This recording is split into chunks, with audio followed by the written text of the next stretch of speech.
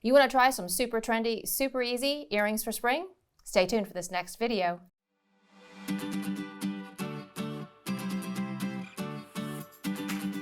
Hey guys, Susan Thomas here. Today I want to show you how to make a super trendy and super easy pair of hoop earrings for spring. I was inspired by wandering around some of the gemstone shows. Early spring, really a little bit more winter, but a lot of half and half designs. Like half the design was one color, half was the other color. I've been seeing that trend a lot, so I think you guys need to get on board. So this is going to be a really easy project. You don't need a lot of tools or supplies, and I'm just going to show you like a couple different pairs of these earrings that I've done. These are just memory wire hoops. Makes it really easy to make a hoop earring because it holds its shape, and essentially half and half. There's a lot of different ways to do it, but pretty much you want to make it look kind of half one color on one side and half on the other. This is a pair I did with ruby and labradorite, added some gold beads in. This is a pair I did just with, really solid colors. Guys, think about it and try it out different ways, but you're going to use that memory wire, and then we're going to use some small 3 to 4 millimeter round beads, some gold spacers. As far as tools are concerned, you will need a cutter that is rated for memory wire and either a round nose plier or some sort of bail shaping plier, and a pair of chain nose or tweezer nose pliers. Got my memory wire right here. I have a pair of ear wires, and I also have something called a bead stopper, which stops the beads from falling off of your wire. Very important. And then these little guys right here, I think I'm going to make this pair with a little bit of just a little bit of something extra at the top. These are just little quick links, little round, kind of closed jump rings to finish it off. And I'll show you guys how to do that when we get there. All right, so like I said, we're going to get started with memory wire, folks. Memory wire is just a spring hard wire, holds its shape. So instead of having to form a hoop out of wire that's going to fit my small beads, I'm just using this memory wire right here. It's just standard memory wire. It's about 1/2 millimeter, which is equivalent to a 24 gauge wire. So it's going to fit through a lot of beads, but it still holds that circular shape really, really well. So I'm just going to grab this, and I'm going to cut 2 full circles of the memory wire off of the spool. And this is just a flush cutter that's actually rated for tempered steel, and so it will cut your memory wire just like that. So put that to the side. I have got 2 equal size circles. This is kind of important for doing this project. I've personally already counted out my beads, but if you haven't already counted out your beads, you don't have to count.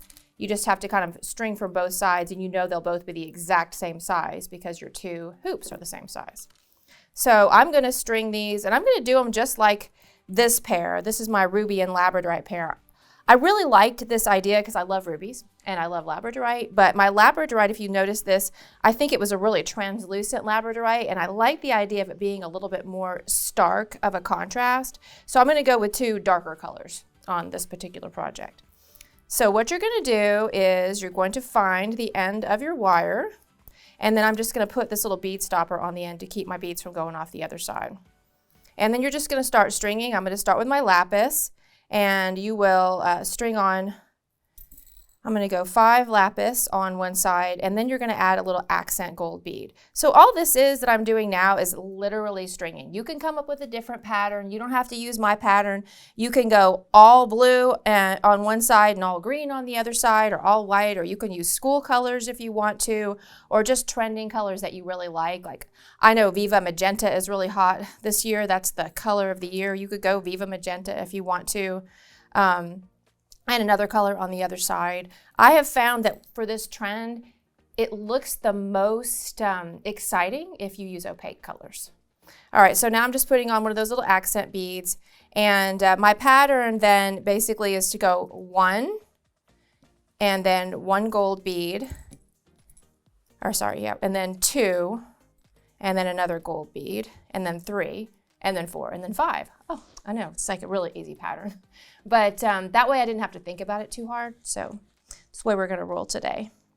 All right, so the hardest part about this project is just getting the beads onto the memory wire, but it's not too hard. Just find those little holes and pop them on there. I like these little 3 to 4 millimeter rounds because they have nice size holes in them, and they're easy to string onto this wire. But you're just going to do one of these gold beads, and these are just little kind of nuggety beads that have a lot of faceting to them, so they give a lot of sparkle off on your project. I thought they just added a nice little extra something to the design. So I'm going to keep stringing away. I've gone 2 and now I'm on my little 3 pattern right here. So just pop that on, then do a gold bead, and I'll just kind of show you guys how this is turning out right here. Okay, so I've gotten 4 and now I'm going to go 5, and then I'll string like a little segment of the gold beads in the center.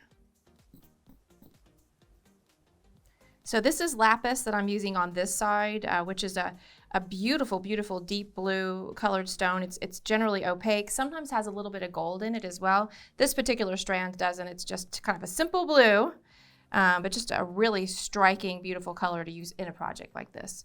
I've also seen a lot of people use black and white on this type of a project, and that always looks really, really good.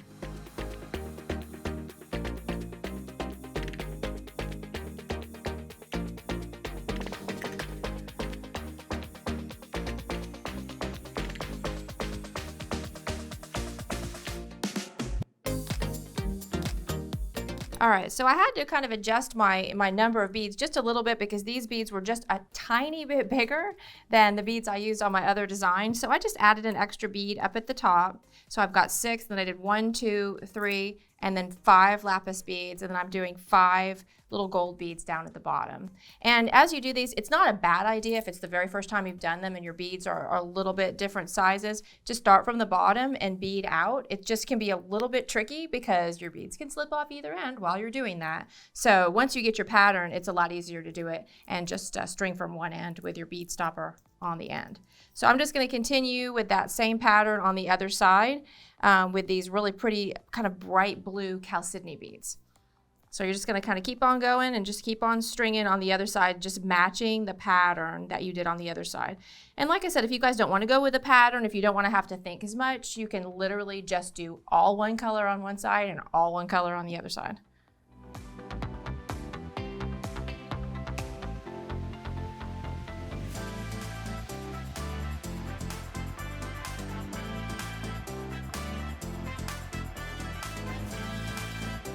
All right, so I've gotten to the end of my little pattern, and see, you can kind of get the idea of the half and half, and it's a little more purist, I guess, if you go with no extra sparkle in there and you just kind of keep it simple, but I just love sparkle, so I added a little bit of gold. But on this side, I've got the one deeper, darker color of the lapis. On this side, I have the chalcedony, and all I've done is use the same size beads and then mimic the pattern on either side. So what you want to do is make sure that if you've got 5 beads over here in lapis, you got 5 beads over here in chalcedony, and you just kind of go that same way, 5, 3, 2, 1. And I made a couple little adjustments on the chalcedony side because the beads on that side were just ever so slightly smaller. But just kind of, as long as you're mimicking that pattern and you end up with half of it blue and half of it light blue, you are perfect. And you know, if like I'm using gemstone beads, and the thing about gemstones beads is they're just not all the same size. But other types of beads like glass beads, seed beads, e-beads, beads like that, if you're struggling with sizes and you want to match them exactly, like if you're a perfectionist, then you might want to use something like that the first time. And then I want you to branch out. Okay, so what I'm going to do now is just kind of take these memory wire hoops, and I'm just going to make a little loop on either side at the top. So what you want to do, and I'm just using a bail shaping plier. And the reason I want to use a bail shaping plier instead of a round nose plier is because I would like these 2 little loops that I make to be exactly the same on each side. And that way it'll just look more consistent. So I'm going to grab the side of the memory wire right here next to my bead stopper on that side. And I'm just going to roll this into a loop like so. Now you can see I kind of went against the memory wire so that if I look at it from the top of the hoop, I'm looking down through that memory wire loop that I just made. Let me move this out of the way so you guys can see it a little bit better. So can you guys see, you see down through there, so that when you look at it from the front of the earring, all you see is color and you don't see that loop. Pretty tricky, right? And then on the other side, make sure you're holding your beads because they will slide right off this memory wire. Just kind of want to check that. You want to have about 3/8 of an inch of that wire. That's about how much it takes to make a little loop like that. If it's a little bit long, you can trim it up just a little bit right here. I'm going to give that just a little trim. And then do the exact same thing, go in the exact same direction on the other side. So just roll it, roll it, roll it into that circle. And so this is the front and that's the top. So see how they're exactly the same? and how consistent that looks. So that's starting now to look like a hoop earring. And you can see I've done a really good job getting it kind of half and half, about the same size on each side. And so to finish this off, what you're going to do is we're going to get that little ring right there and this little earring right here. And oh my goodness, you're going to have this gorgeous pair of spring hoops.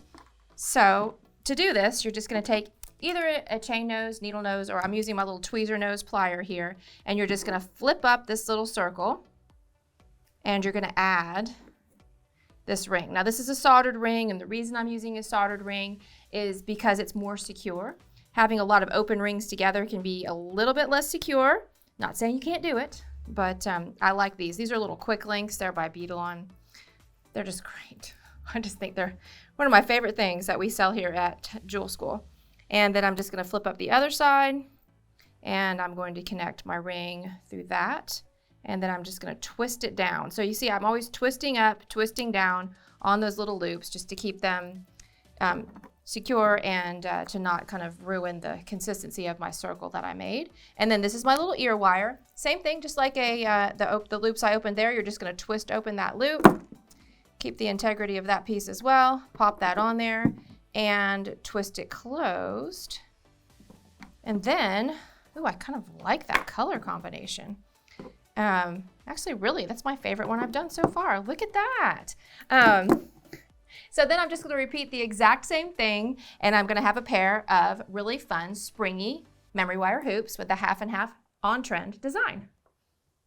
Okay, so that was a lot of fun and super easy, right? So all you need to do is get your tools and supplies out and get started with this. I just used some basic tools, folks. I started with a flush cutter or just a regular cutter here that is rated for stainless steel or memory wire. So it's really important. You can get a specialty plier that's called a memory wire cutter, or you can use this one. It's actually a Beaded tool that is actually rated for tempered steel. Then we used a bale shaping plier to get consistent loops, and we also used my needle nose plier to open and close all those things.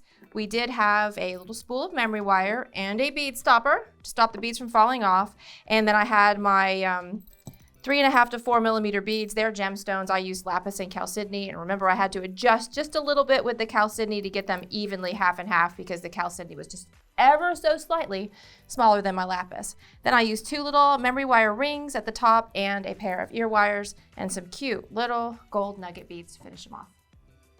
Thanks so much for watching. If you guys would like to pick up some supplies like the ones I worked with today, check out the links down below. Tell me about some of your creative springtime projects. Let us know in the comments. Don't forget to like, subscribe, and ring that bell. And now that you know a little bit about making half and half hoops, you can say, I made this.